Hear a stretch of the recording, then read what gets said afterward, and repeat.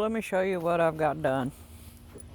I know y'all been wondering about if I'm ever going to do another video on the shed and how I'm doing things.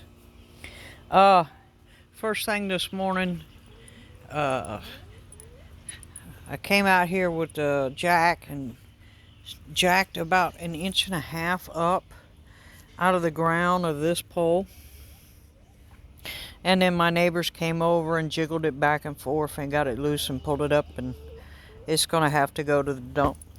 You can see how much cement was on it. Then, here we go. See the brand new poles?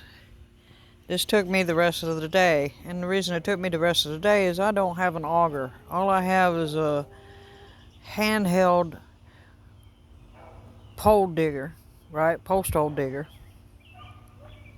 And I'm sure y'all seen them. And I had to dig down. This is at the 4-foot mark right here.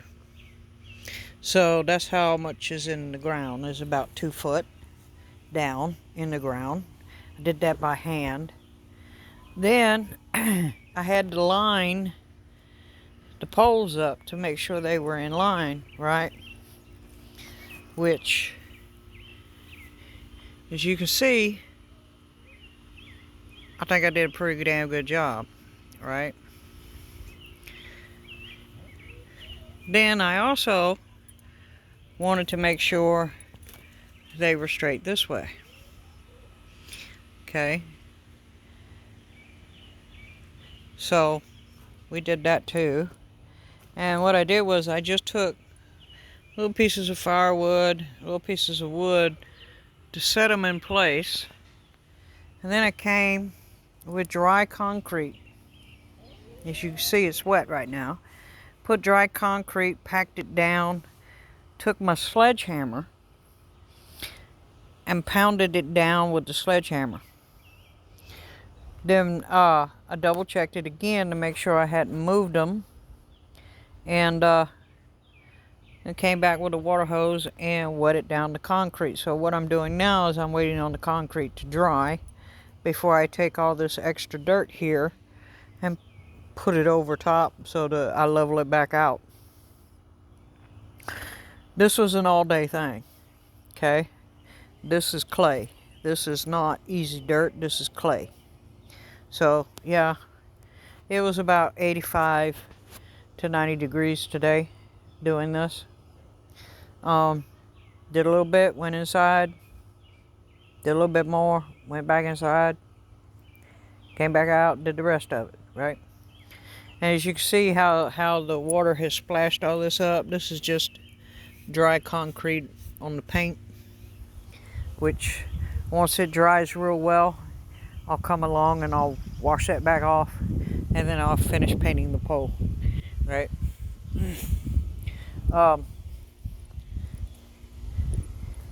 You see I got my chair here because this is the one spot in the yard that's always shady because of the pecan tree. I got a pecan right there. So folks, this can be done without a whole bunch of like lines and time, right? It's just, you got to be patient. You got to do it slowly but surely. And I'm sorry I didn't get this video out while I was doing it, but I was trying to upload my previous video that I did Wednesday, and it took all day for that to upload. So there it is. I've got my 2 new poles in, and I'm a little tired, and I hope y'all enjoy what I'm doing, right? I told you before, I'm just gonna take my time, do it right. And I mean, it's not, the spacing between the poles is not perfectly uniform. That's okay. I wanted these 2 poles here, I wanted a little bit further apart in case you wanted to like run the lawnmower in here, put it under the awning. So I wanted it a little bit wider than to the side. I think I accomplished that very well. You know, it's it's looking pretty good. I'm pretty proud of myself, actually. The only difference is that this pole here is just a little bit lower than the other ones. But that's okay, because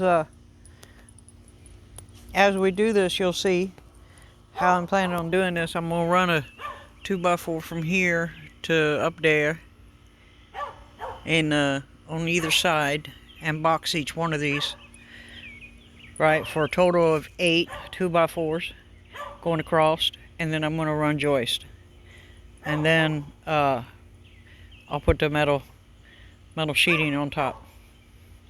So we've been waiting for a decent day that it wasn't over 100 degrees and it wasn't pouring down rain. So that's what's held us up on this project. But here we go. Looking good. Bicycle.